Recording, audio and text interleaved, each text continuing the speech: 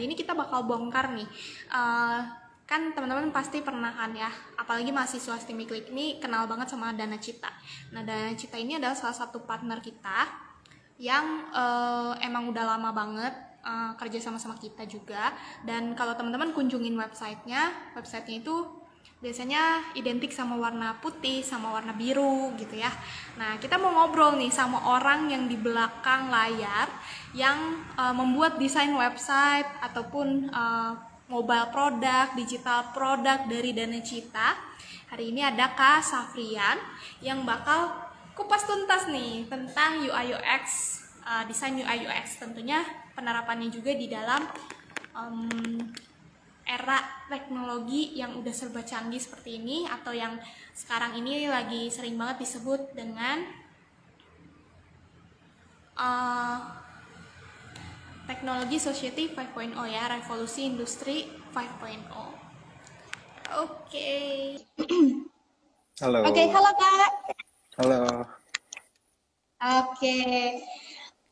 Di sini udah ada Kak Safrian nih, tapi sebelum kita ngobrol-ngobrol lebih lanjut, pasti kan teman-teman semua nih pada asing nih, siapa nih kakak yang ini nih, Kak Safrian tuh siapa sih gitu.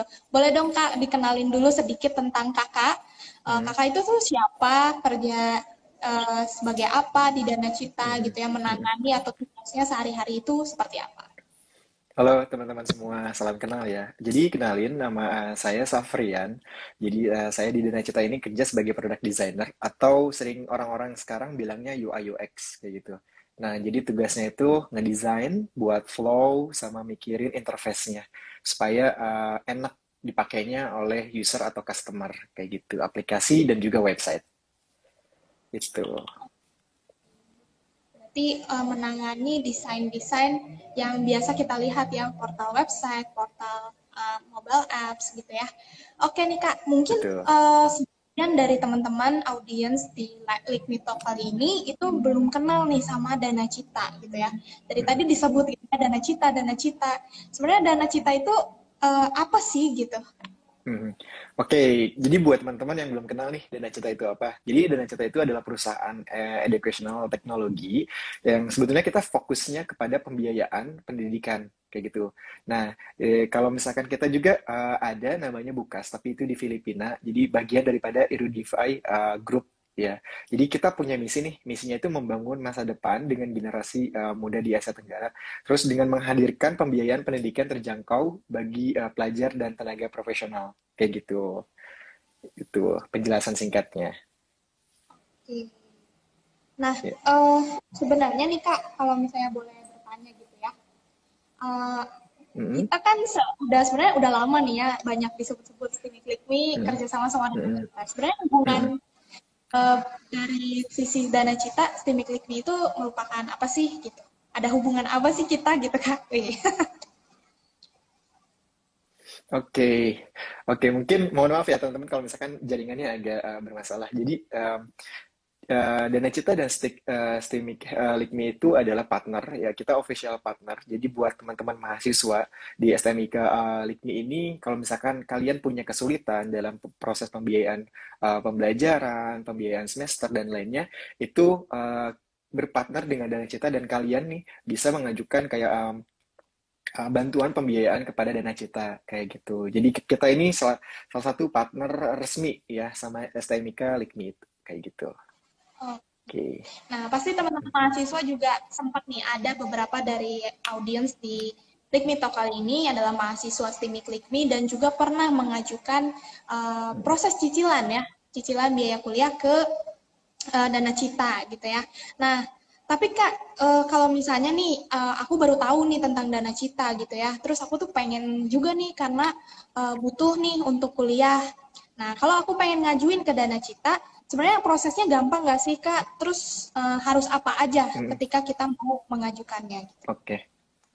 Oke, untuk pengajuan di Dana Cita sendiri, prosesnya cukup simple, gampang, dan cepat ya teman-teman ya. Jadi kalian cuma butuh KTP pelajar dan wali atau orang tua kalian, terus bukti tagihan dari STMK Likmi, terus sama slip gaji atau rekening koran, kayak gitu. Terus terakhir mungkin kalian butuh selfie ya, selfie pelajar sama wali kalian dengan KTP-nya masing-masing kayak gitu. Cukup mudah kok dan cukup cepat prosesnya seperti itu.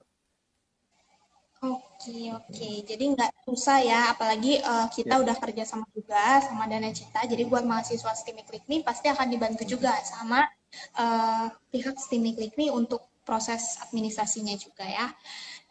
Oke, Betul. nah sebenarnya nih Kak, kalau misalnya boleh tahu, sebenarnya aman nggak sih kalau kita ngajuin cicilan ke Dana Mhm, Cita? Kan kadang tuh suka ada tuh ya rumor-rumor gitu di luar sana. mhm, Kalau ngajuin cicilan online tuh kayaknya mhm, bahaya gitu. Nah, kalau mhm. Dana Cita sendiri gimana Kak?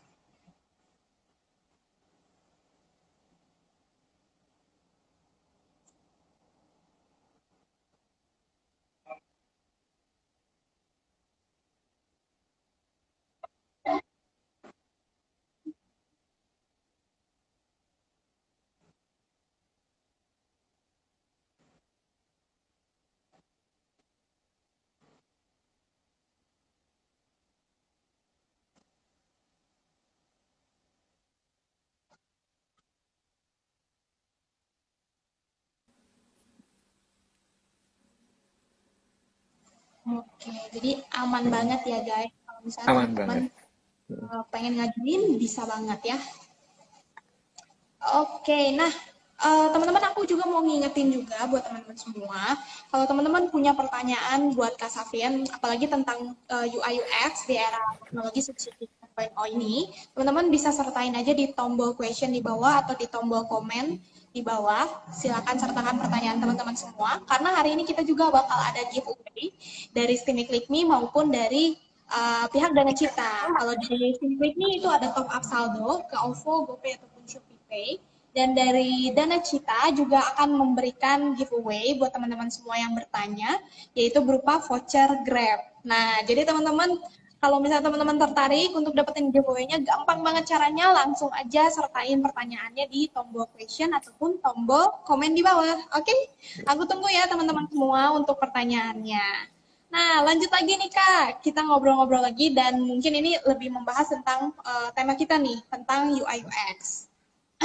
mhm, Oke, nah kalau menurut kakak nih, Kak Safrian sendiri, mhm, bagaimana nih pandangannya tentang teknologi di era Society 5.0 ini gitu? mhm. Oke, menarik sih pembahasannya. Jadi mungkin pandangannya adalah kita sekarang ini udah hidup di mana aspek internet atau digital itu tidak bisa terlepas ya daripada kehidupan sehari-hari. Semua aktivitas, semua kerjaan, atau bahkan di pandemi seperti ini, semuanya serba online. Kayak gitu. Jadi salah satu hal yang paling penting adalah di era sekarang atau di zaman sekarang ini adalah digital dan teknologi tentunya. Kayak gitu. Oke, Mhm, jadi nggak kerasa juga ya kayak kalau misalnya mhm. perkembangannya itu secepat ini. Kayaknya baru kemarin tuh handphone tuh baru muncul gitu ya. Sekarang tuh Iya, tiba-tiba handphone tuh udah macam-macam, udah bisa dilipat-lipat segala ya sekarang tuh ya. Oke, betul. kalau misalnya tentang UI UX gitu kan, UI Mhm, UX ini kan baru sebenarnya booming ya Kak, baru booming mhm, sekitar tahun mungkin 2 tahun mhm. belakangan ini. Betul, betul. Nah, terus apa sih yang membuat Kak Safrian ini Mhm, akhirnya tuh tertarik gitu sama si UI mhm. UX ini dan memilih untuk menjadi karirnya hari ini gitu? Oke. Jadi sebetulnya memang background aku sebelumnya di sistem informasi ya, atau mungkin ilmu komputer, kayak gitu. Terus sejalannya waktu mungkin start di tahun 2016, mulai-mulai nih bangun aplikasi atau website. Cuman di situ berpikir sih, ini gimana ya, biar orang lain itu ketika pakai website atau aplikasi kita ngerti dan mudah menggunakannya. Karena kan orang lain ini yang mungkin nanti menggunakan aplikasinya atau membeli produk atau jasa yang kita buat kayak gitu. Dan dari situ mulai nih ulik-ulik kayak gitu, ulik-ulik apa sih tentang interface, ketemulah namanya UX, user experience design dan user interface design. Di situ belajar banyak caranya gimana sih membuat suatu aplikasi atau website dengan tampilan yang bagus dan tidak membingungkan usernya. Jadi kan mungkin usernya banyak ya, ada orang muda dan orang tua juga, ada yang ngerti teknologi banget, ada yang enggak ngerti teknologi sama sekali, kayak gitu. Nah, itu gimana caranya kita nge-provide itu supaya jadi lebih baik lagi. Jadi seperti itu sih singkat ceritanya. Jadi tadi kan mungkin alasannya kayak Hmm. oh ada passion nih dari Kak Safian gitu ya. Nah, Mm-mm, tapi mm-mm, sebenarnya eh, kan kita mungkin cuma dengar gitu ya Kak dari berita mungkin atau dari Mm-mm. media gitu ya bahwa emang pekerjaan yang lagi dicari-cari itu UI dan UX gitu ya. Mm-mm. Salah Mm-mm. satu yang paling dicari gitu. Nah sebenarnya peluang itu beneran nggak sih Kak? Ya. Benar-benar dicari orang nggak sih? Gitu. Ya, mungkin kalau bisa kita berbicara tentang peluang dan karir path ke depannya, di dunia UI UX ya atau product design ini bakal benar-benar dicari sih oleh semua perusahaan atau company kayak gitu. Karena semua perusahaan sepertinya sekarang itu udah mulai melek digital dan mungkin teknologi ya kayak gitu untuk mentransformasi perusahaan-perusahaan mereka supaya bisa nih dipakai dimanapun dan kapanpun kayak gitu. Jadi ini terbuka lebar banget job atau role UI UX ini buat teman-teman kayak gitu. Oke. Hmm, Jadi kalau teman-teman nih suka desain, mungkin ini juga peluang nih buat kalian daripada cuma betul, ngedesain, lebih baik mungkin sedikit upgrade ke arah UI UX ya. betul, Nah, betul. oke Kak. Oke Kak, di sini juga udah ada pertanyaan yang masuk. Mhm, Wah, boleh. susah nggak sih Kak belajar UI UX dari awal? Hmm, mungkin susah atau enggaknya itu tergantung dari teman-teman ya, passionnya seperti apa. Tapi untuk di UI atau UX sebetulnya kalau di UX itu lebih caranya gimana kalian memecahkan masalah atau menerjemahkan suatu problem yang ada di kehidupan atau di real kehidupan ya. Kayak misalkan dulu orang-orang kalau mau belanja itu datang ke mall, ya kan. Nah, ini gimana caranya si UX ini bisa solving problemnya supaya nanti bisa dipakai di online atau di digital kayak gitu. Nah, untuk susah atau enggaknya sih sebetulnya enggak ya, karena selama mungkin si UX ini atau kalian punya empati yang tinggi gitu untuk pengen tahu nih atau pengen nolongin orang caranya gimana supaya mereka memudahkan kayak gitu. Entah itu di bisnis atau mungkin di kehidupannya kayak gitu. Itu sih. Jadi nggak susah-susah amat kalau misalnya kita sebenarnya Iya, niat juga ya kalau mau untuk betul, belajar. Oke, betul, oke. betul. Nah, ini ada pertanyaan lagi nih, Kak, dari Evi. Kak, apa sih Mm, iOX itu udah dijelasin ya, mm, teman-teman tadi. mm, Jadi, UX itu mm, desain untuk mm, aplikasi, untuk mm, mm, sederhananya untuk aplikasi, mm. untuk website, gitu ya. Terus, apakah berbasis UI UX harus menempuh pendidikan formal nih, Kak? Mm, Kalau iya, jurusan yang direkomendasikan itu apa? Kalau misalnya kita mau belajar mm, mm. tentang UI UX. Oke, jadi kalau misalkan kita tanya tentang UI UX itu apa, definisinya UX itu user experience, di mana kita ngebuat satu flow atau jalan atau journey atau desain yang untuk tujuannya adalah memudahkan kayak gitu. Tapi kalau di UI itu user interface, UI ini biasanya kayak mungkin analoginya ngedandanin ya, ngedandanin entah itu aplikasi atau website ya supaya tampilannya lebih menarik dan mudah dipahamin kayak gitu. Terus kalau misalkan ditanya harus menempuh pendidikan formal, mungkin jawabannya iya dan tidak kayak gitu. Karena UI UX sendiri sebetulnya itu diambil dari human computer interaction atau mungkin interaksi manusia dan komputer ya. Iya betul. Tapi sejalannya waktu, karena mungkin di Indonesia sendiri pendidikan yang formal membahas tentang HCI ini masih sedikit, ya sedikit banget, kayak gitu nggak banyak. Em, Mungkin itu baik lagi ke si company-nya. Apakah dia ketika membuka lowongan pekerjaan seperti UI UX itu membutuhkan kayak ijazah yang relatable, kayak misalkan dari ilmu komputer atau sistem informasi, teknik informatika dan sebagainya. Tapi sejauh ini dari lingkungan atau teman-teman saya gitu di UI UX itu rata-rata mungkin enggak ya kayak gitu. Karena ada beberapa juga yang lulusan dari mungkin perminyakan atau mungkin pertanian dan sebagainya, mereka switch karir ke UI UX kayak gitu.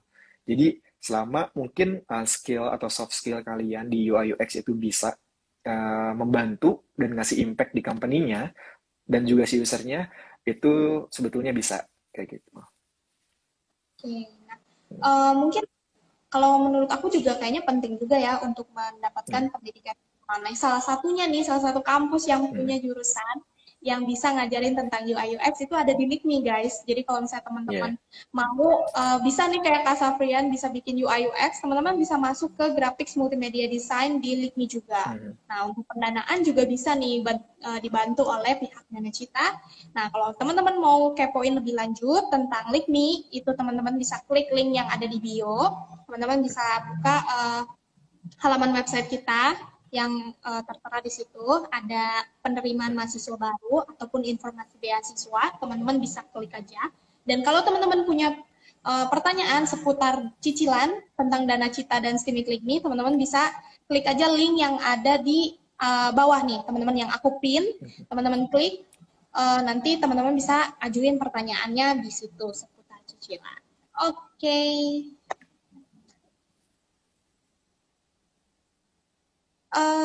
Oke, nah Hmm. kita lanjut dulu ya Kak, untuk Hmm. ngobrolin tentang UI UX yang tadi. Hmm. Hmm. Kalau misalnya nih, boleh tahu nggak sih kalau Dana Cita UI UX-nya itu Hmm. konsepnya itu seperti apa sih? Apa Hmm. yang diberikan Hmm. dari UI UX-nya Dana Cita? Jadi mungkin konsepnya adalah konsep dari desain atau UI UX-nya Dana Cita itu gimana caranya kita memprovide better design sama better flow untuk semua student yang membutuhkan bantuan ke Dana Cita. Jadi kita pengen nih desain-desain yang ditampilin, flow-nya juga itu benar-benar memudahkan teman-teman semuanya kayak gitu. Enggak juga cuman dari segi tampilannya, tapi juga membantu untuk kayak proses dokumentasi dan upload dokumen atau data bersama walinya kayak gitu. Jadi kita pengen nih prosesnya ini cepat kayak gitu dan enggak memberatkan dan juga enggak menyulitkan user-user atau mungkin pengguna di Dana Cita sendiri kayak gitu. Oke, nah Mm-mm. kalau misalnya boleh tahu Kak, kalau misalnya bikin Mm-mm. UI UX itu harus bisa ngoding nggak sih Kak? Jawabannya enggak. Kita enggak ngoding. Sama sekali enggak ngoding. Jadi kita membuat konsep, flow, user journey, dan desainnya sampai high fidelity. Kayak gitu. Nanti setelah desainnya udah final semua nih sama stakeholder, baru kita kasih ke front-end developer atau ke si engineer team. Jadi jawabannya enggak sama sekali. Oke, jadi lebih Tuh. mempelajari tentang desainnya justru ya, cuman mungkin Ya, harus betul. mengerti tentang teknologi informasinya aja gitu ya. Betul, betul. Jadi nice to have ya buat teman-teman kalau bisa ngoding. Nanti biar paham kayak gitu. Komunikasi sama stakeholder aja. Itu bagus kok kalau bisa ngoding juga. Oke, oke. Mm-mm. Nah, boleh share juga nggak sih Kak kalau misalnya kita mau belajar nih tentang UI UX. Nah, Mm-mm. poin-poin apa yang harus kita Mm. tahu gitu. Kita contoh ya kayak Mm. mungkin di bayangan aku kalau kita pengen bisa desain logo gitu, kita Mm. harus ngerti tentang warna atau Mm. tentang shape gitu. Nah, Mm. kalau UI UX apa sih yang poin apa yang mungkin harus banget kita tahu? Kalau di UX itu mungkin caranya kita memecahkan masalah kayak gitu. Caranya memecahkan masalah, terus kita harus punya rasa empati kepada user. Jadi kita harus mendapatkan diri kepada diri kita jadi user seolah-olah kita adalah usernya kayak gitu. Karena apapun yang kita buat di UX itu memang harus berfokus pada user. Jadi user center dulu. Apapun yang kita buat itu berkaitan dengan apa sih kebutuhan user kayak gitu. Dan selanjutnya adalah ya skill critical thinking-nya sih. Kayak misalkan kita mikirin skenario nih, ketika user klik tombol ini bakal apa sih yang muncul kayak gitu. Terus untuk isi data, entry point-nya atau tempat masuknya itu di mana ya, di page bagian berapa kayak gitu. Apakah ini menyulitkan atau enggak kayak gitu. Terus mungkin yang ketiga kalau di UX itu komunikasi ya, skill komunikasi kalian dengan stakeholder kayak gitu. Karena di UX sendiri tuh mungkin hampir setiap hari kalian bakal presentasi desain karena itu kan harus alignment ya. Kita harus komunikasi dengan product manager atau project manager atau bahkan si level kayak gitu. Kita harus komunikasi, oh ini loh desainnya, ini loh alurnya, alur penggunanya sampai final kayak gitu. Gitu karena semua pengguna atau ya semua usernya itu memakai desain yang kita buat gitu. Nah, cara kita tahu bahwa ini tuh sebenarnya kayaknya susah sama ini tuh kayaknya Mm-mm. lebih enak dipakai. Itu Mm-mm. tuh apakah kita yang berpikir sendiri secara logika atau misalnya Mm-mm. apa yang kita lakuin gitu kan? Mm-mm. Sebetulnya ada dua caranya. Yang pertama itu pendekatan ke user atau kita udah punya hipotesis sendiri kayak gitu. Nah, kalau misalkan masih ragu dengan apa yang pengen kita tuangkan kayak gitu, atau kita punya ide nih tampilannya kayak gini aja deh kayak gitu, tapi masih ragu. Nah, itu biasanya kita tanya ke user. Nah, di dalam design proses atau UX proses itu ada namanya research, UX research kayak gitu. Nah, jadi kita metodenya banyak sama bisa pakai kualitatif dan kuantitatif data, research sama metodologinya. Terus nanti kita tanya nih, tanya ke usernya. Nah, dari data-data yang dapat itu barulah kita biasanya ada proses synthesize. Proses synthesize ini biasanya kayak merumuskan permasalahan yang ada, terus kasih solusinya apa, kayak gitu. Nah, dari situ barulah kita tahu nih next step-nya apa dan ngapain. Kita harus ngebuat flow yang seperti apa dan desain seperti apa. Nah, tapi kalau misalkan kalian udah punya hipotesis yang kuat, itu kalian ngedesain dulu buat rancangannya, informasi arsitektur, dan seterusnya, sampai desain yang high fidelity, dan di akhir, mungkin yang agak krusial adalah kalian harus ngetes ke user, bikin usability testing. Ada sesi di mana user kalian memakai desainnya, kayak gitu. Seperti itu. Iya. Kalau misalnya nih Kak, Hmm. bikin UI UX itu apakah dia masih, kan kalau dulu kita belajar di Hmm. sekolah menggambar kan pakai kertas gitu Kak. Hmm. Nah, Hmm. kalau Hmm. misalnya UI UX ini pakai kertas atau misalnya udah digital? Kalau misalnya pakai udah Hmm. digital, sebenarnya Kakak pakai aplikasi apa? Oke, sebetulnya di UX, di UI UX itu masih ada beberapa atau banyak desainer juga ya yang pakai kertas kayak gitu untuk sketching, untuk rancangan aja, mungkin untuk apa konsep dasar ya ibaratnya. Nah, tapi kalau misalkan udah mau mulai desainnya udah mulai final, itu kita pindah ke nama tools, namanya Figma. Ya, Figma ini tools gratis dan mungkin teman-teman bisa akses semuanya. Dan mungkin semua company sekarang udah pakai Figma kayak gitu. Jadi kita ngedesainnya di situ. Tuh. Oke. Nah, kalau boleh tahu nih Kak, dari Hmm. proses kan berarti tadi ada Hmm. analisis dulu ya, investigasi Ya. gitu. User ini senangnya kayak gimana sih aplikasinya Hmm. sampai si desain aplikasi ataupun website ini tuh Hmm. jadi prosesnya itu Hmm. seberapa lama sih? Prosesnya itu tergantung ya daripada goals yang kita pengen dapat di awal.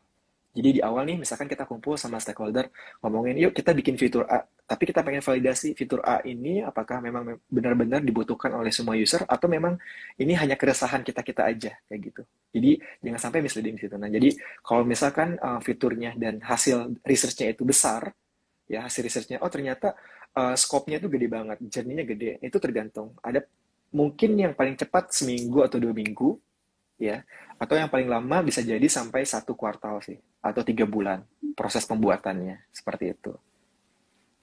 Cukup lama juga ya ternyata. Dan itu Hmm. tuh dikerjakannya sendiri atau bersama-sama gitu?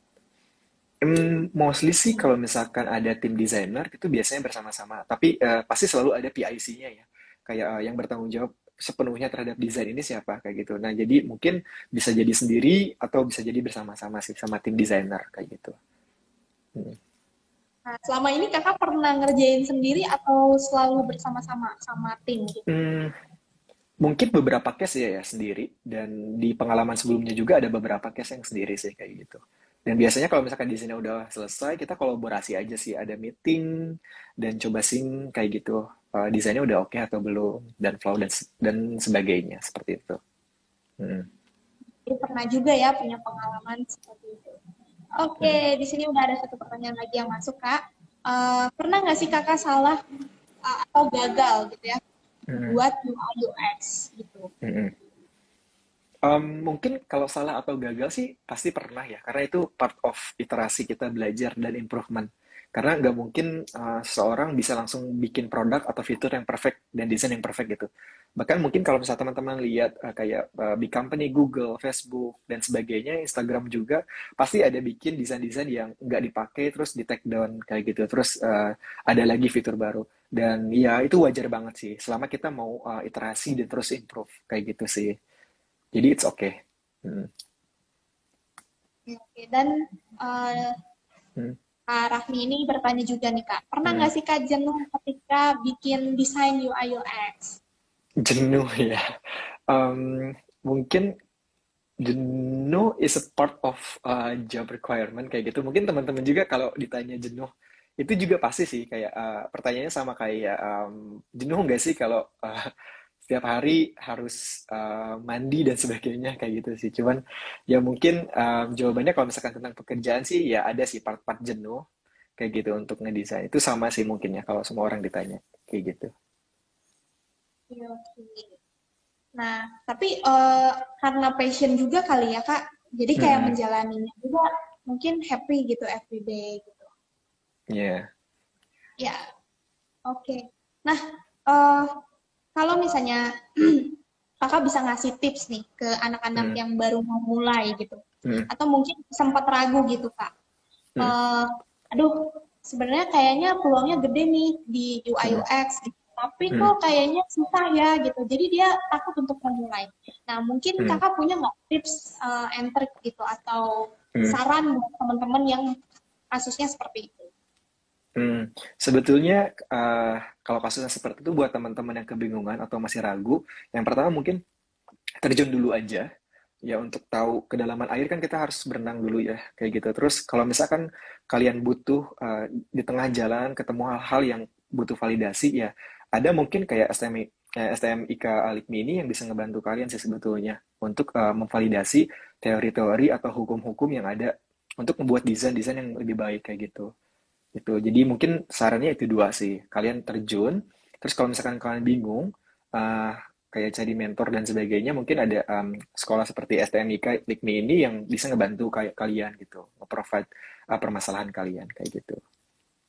Oke, itu Hmm. banget betul. Jadi nanti kalau misalnya teman-teman takut, nggak usah takut. Nanti belajar dulu aja di LinkedIn. Tahu-tahu jadi Kak Safrian Yep. ini ya, bisa bikin website, bisa bikin Android desainnya gitu ya. Mm-mm.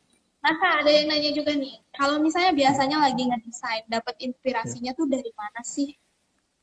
Kalau inspirasi mungkin buat teman-teman yang awal bisa lihat aplikasi yang udah gede ya, udah bagus nih yang udah besar kayak gitu kayak di Unicorn, Dekacon kalian lihat inspirasinya cara mereka ngebuat desainnya tampilannya seperti apa kayak gitu atau di company-company besar juga yang lainnya.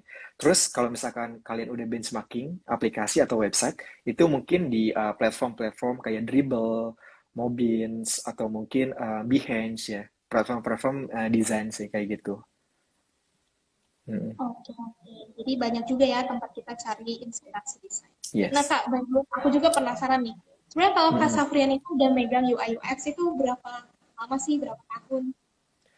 Mungkin awal banget masuk UI UX itu 2016 ya. Sekarang berarti sekitar 4 tahunan sih.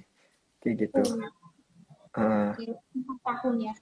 Oke, Hmm. lama juga ya, Kak. Berarti 4 tahun itu langsung ke Dana Cita atau misalnya pernah sebelumnya di Pernah. tempat lain juga? Hmm. Di Pernah tempat dulu lain ya. juga pernah. Seperti Oke, itu. oke. Nah, teman-teman yang baru join, aku mau ingetin lagi buat teman-teman semua, buat teman-teman yang punya pertanyaan tentang UI UX, boleh langsung diketikin aja di kolom question, di tombol question di bawah.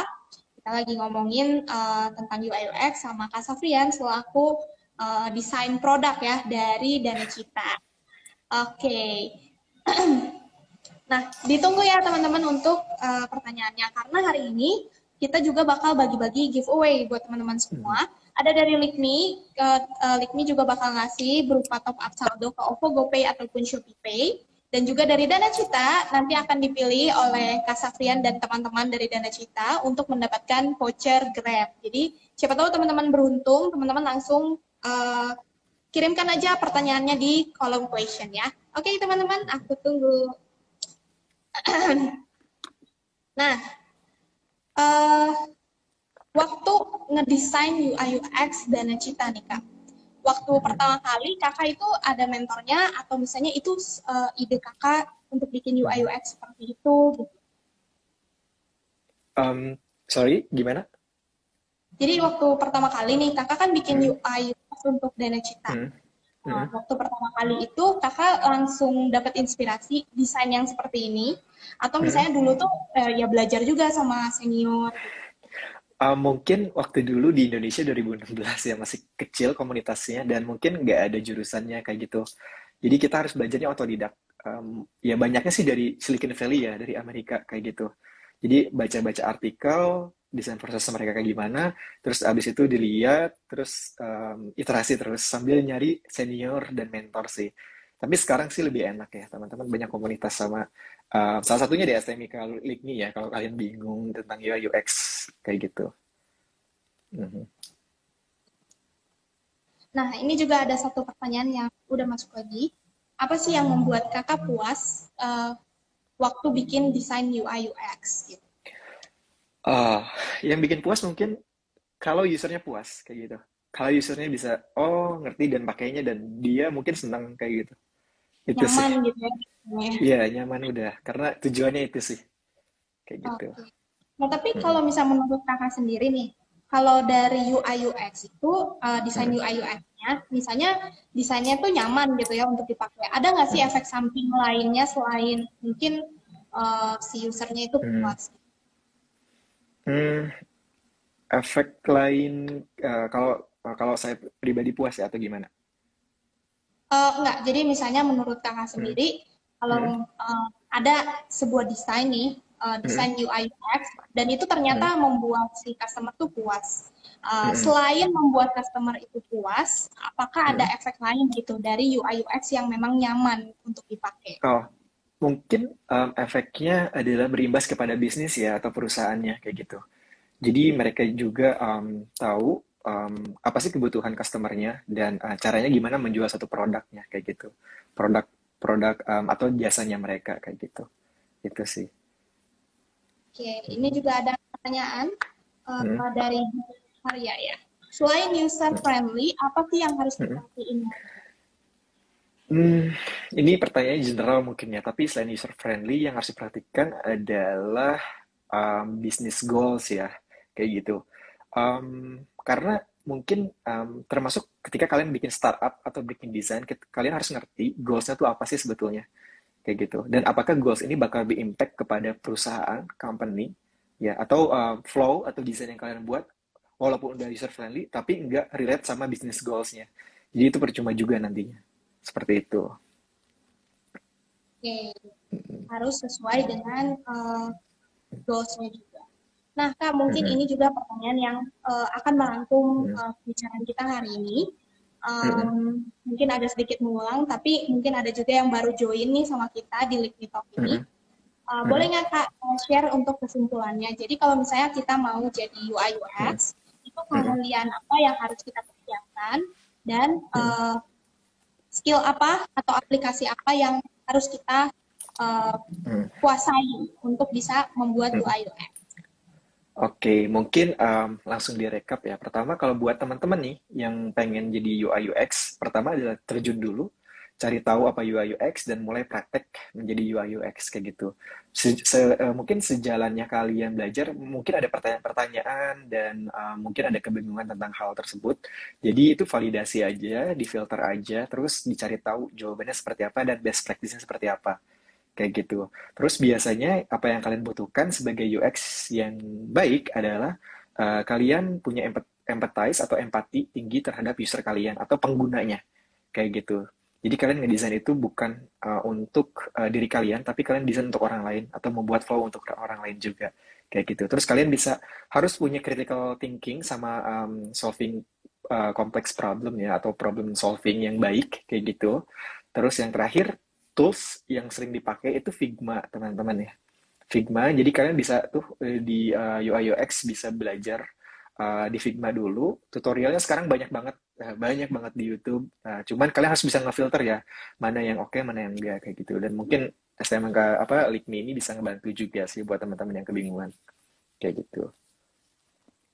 Oke, Hmm. nah buat teman-teman yang mungkin masih kepo lebih lanjut tentang UI UX ataupun tentang Dana Cita, tentang Nikmi, teman-teman bisa klik aja link yang ada di bawah nih. Ada link dari Dana Cita. Kalau teman-teman mau bertanya soal Dana Cita tentang cicilan gitu ya, teman-teman bisa klik, terus ajuin pertanyaannya di situ. Nah, buat teman-teman yang udah Hmm. bertanya hari ini, thank you so much.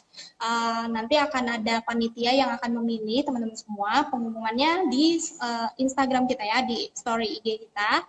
Jadi Hmm. pantengin aja story IG kita, follow Instagramnya Likmi dan juga Dana Cita.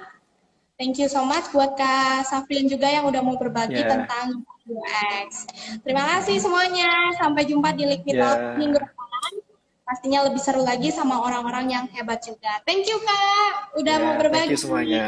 Selamat Ya, siang terima semuanya. kasih. Selamat siang.